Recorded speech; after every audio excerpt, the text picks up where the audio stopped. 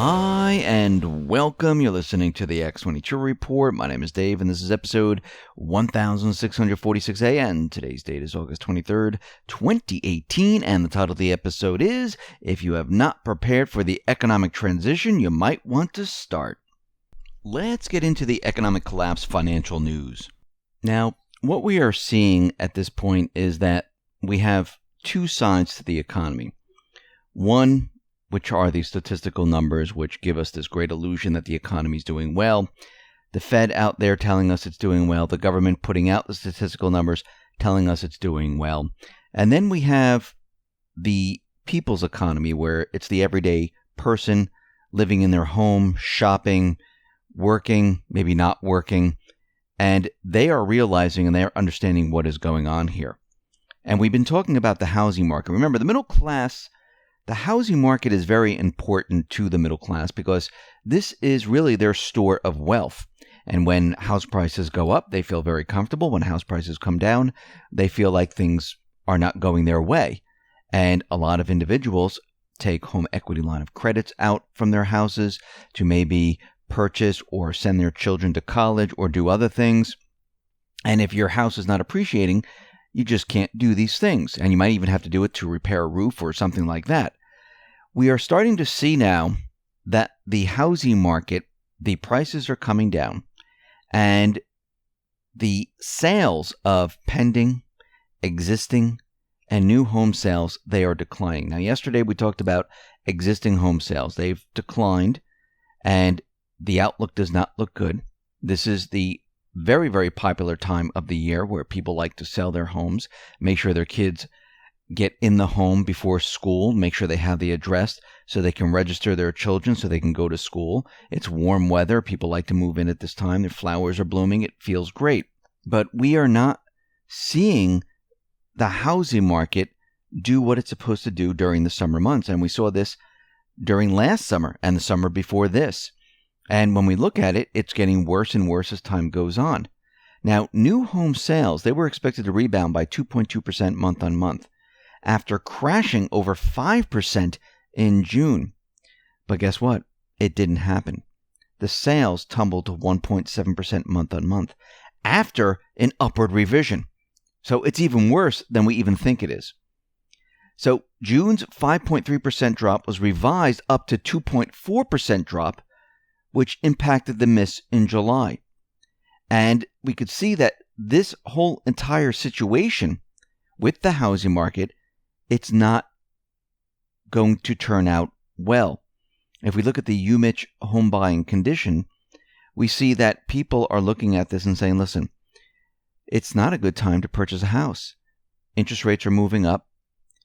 A lot of the houses aren't for sale anymore. People are taking them off the market. Prices on homes are coming down, and it just doesn't look good. We see that the PMIs, they're signaling that the U.S. economy has cooled. Second quarter manufacturing has led to a slowdown. And when we start to look at this, we can see that U.S. manufacturing and services PMI, they missed their expectations and dropped for the third month in a row.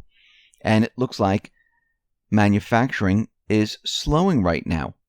I know the plan is to bring manufacturing back to the United States. It's a great plan. But you need to remember that the central bankers, the deep state, they've had many years, I mean, everything since 1913, to move everything out of this country. And once 1970 came, they had the ability to push their agenda to the extreme, where they were able to move manufacturing, corporations, and many other things out of this country. So they had many years to do this. And to bring it all back within a year, 2 years, 3 years is completely impossible. First of all, we don't have the infrastructure. Second of all, we don't have the manufacturing plants ready to go. Also, we don't have the individuals to work in these areas because most of the people that have been laid off, they have been working in manufacturing for quite a while. Remember, we lost about 2.3 million jobs or so in manufacturing. So to bring it all back in a year or two is quite impossible. But I understand the long-term plan where we're going to bring back manufacturing for the future. Yes, that does make sense. How do we get to the future? Well, you need to bring the current system down and restart the entire thing. And all these signs that we're looking at, home sales, new home sales, retail, and things like that. These are all indicators, which is the, everyday person on the street, where they're realizing that, listen, I don't have enough money to go out and purchase in retail, online or brick and mortar. I don't have enough saved up. I don't have a good enough job to purchase a house, especially if interest rates move up. Remember, they created this housing boom with very, very low interest rates.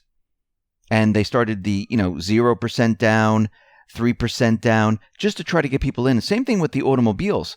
They went all the way down past subprime to anyone with a heartbeat, just to bring people in to sell the automobiles. That's all coming to an end, running out of people. Maybe that's why they wanted to bring all these illegals into the country, because you have fresh new people to take out loans. And that's what the central bank likes. That's part of their agenda. We see right now that loan demand has suddenly tumbled. And what is happening here is, as interest rates move up, companies, it looks like they are reaching a point where they can't take out any more money. Now, what is causing the unexpected slump? Well, according to Bank of America, it appears that despite such favorable survey results, commercial banks are having an unusually slow summer in terms of lending activity to companies. This is troubling and probably indicates that companies this year are finally responding to the increase in the relative cost of debt by using less of it. And if rates continue to rise, as they most likely will, absent an unexpected dovish turn by the Fed in the coming months, it would indicate that for the majority of the U.S. corporations, the clearing level of rates has finally been hit. And what we're seeing is that loan demand expectations, well, they're going to accelerate to the downside, hitting not only bank interest income, but also the broader economy as the average U.S. company hits a growth plateau. And this is going to have an effect on corporate earnings growth, the broader economy, and everything else. Now, one thing we need to understand, everything that we've been looking at, these are just all different indicators, and we've been looking at all these indicators for a very long time. And we've been showing that the economy was built up on an illusion. The numbers were manipulated. The economy has been slowly deteriorating. They continually try to pump it up, but the people's economy is deteriorating very, very quickly. And you can see it in many different areas, especially in retail, now in real estate, in manufacturing, and many other areas that we've been looking at. And the reason is that this economy was never meant to go this far. The central banking system was not designed to go this far, because they know there's a certain point in time where there's just way too much debt. They can't do anything with it, and they have to restart it one way or another. And this is why we see this battle between the patriots and the central bank. We need to keep one thing in mind. People are looking at what is going on with Trump, looking at Q, looking at exposing everything, and that's coming up very, very soon. And once this does happen, the economy is going to hit. I see today Trump is out there and he's saying, listen, if I'm impeached, the stock market's going to come down. Let me ask you this.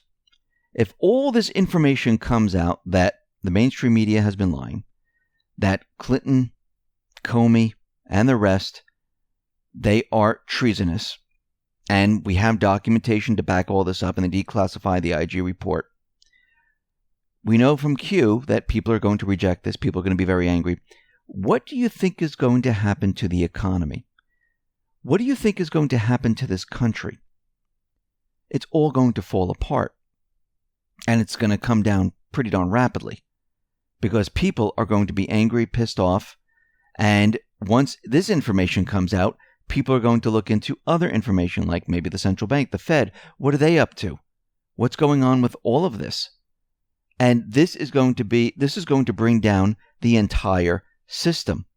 This is not just, let's just take these people, send them to jail, and the rest of the country is going to be fine. Because remember, most of the country, they're sleeping right now. They don't know that this economy is a gigantic illusion. They don't know that these individuals have been running this economy for their benefit, not for the people's benefit.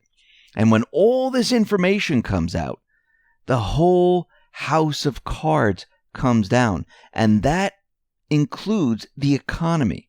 That includes everything. And this will be the transition. This will be the transition into a new system, a new economy without the Federal Reserve, or the Federal Reserve, which is nationalized and controlled by the people. Don't know why we still need it, but we should just create the currency ourselves. But let's say this is the first step and this is what they do. A new system without the certain individuals in government, the deep state. Those people will be removed. This is a new system. It's a transition. It's a reboot. So when you think of all of this, this is not just one thing over here and one thing over here. It includes everything. And if you haven't started to prepare, you need to start, because this is going to happen one way or another. And you don't want to be sitting there going, wow, what just happened here? This was all released. The population's going crazy. They don't believe it. The stock market is falling like crazy because you know that's going to happen. Businesses are saying that they have to lay off. And all of a sudden, we start to get the real information about what the economy is really doing. And a lot more stores close, a lot more businesses close. The whole thing is a complete and utter mess. And you don't want to be running to the supermarket. You don't want to be running all over the place to get your food, to get your supplies, to get your money out of the bank, to get your gold and silver, because a lot of it you won't be able to get. So if you haven't started to prepare now, I would start. You can go to any of the warehouse type of stores like Costco, BJ's, or whatever you want to do, and you can stock up on supplies. You can keep gold and silver, in your home someplace safe. You can keep cash someplace in your home safe. This is my opinion. This is what I do. And you can keep certain materials within your possession to make sure that you have everything that you need. Water, medication, things like that. Because once everything starts to fall apart, and yes, they're going to try to bring it up as quickly as possible. Will that be easy? When I say quickly as possible, I don't mean like the next day. I mean, it might take 3, 4, 5 months. I mean, think about it. Go back to the 70s when we were the reserve currency and we came off the gold standard. They were moving us onto the petrodollar system. For those people that remember, I mean, how long did you have to go to the gas station and wait for fuel on those odd even days, or the green flag, red flag? For those people that were trying to get a job in the 70s, how long did it take you to get a job? I mean, these are the things that you have to think of. Yes, in the later 70s, move into the 80s, when things started to even out and interest rates started to come down again and things like that, and credit opened up, it was a whole new world. But that transition period of time, remember back, and if you can't remember back to that time because you're not old enough, ask someone. Ask them what happened during that period of time. And they will tell you. And that was a time when we were the reserve currency and we were coming off the gold standard. We had a very little bit of debt and we were moving on to a new system. Now we're at the end cycle of a central banking system. We're not coming off the gold standard. We're coming off of a petrodollar system. We have a huge amount of debt, and the economy was propped up with this gigantic illusionary statistical number nightmare. And once all this falls apart, people are going to realize what this really is. And it's not just about the Clintons. It's not just about Brennan and Clapper and Comey. It's everything all together. And once this falls apart, hope in the stock market comes down. Hope and faith in the dollar disappears. This is what's going to happen, because think about all the countries around the world. The United States is going to look like a mess to every other nation. It's not going to look strong. It's not going to look like they have it together. It's going to look like there's been corruption for many years. And there's all these people that are being arrested now. I mean, right now, countries are looking at it and they're saying, wow, look at all these people being arrested in the FBI or firing, resigned. Same thing in the Department of Justice. Once these indictments come out, the entire economic system is going to be chaotic. And this is why you need to be ready and prepared, because it's not just one thing. It's all of it together. Listen, everyone, thanks a lot for listening. Be well, be safe, and especially be prepared. Thanks a lot.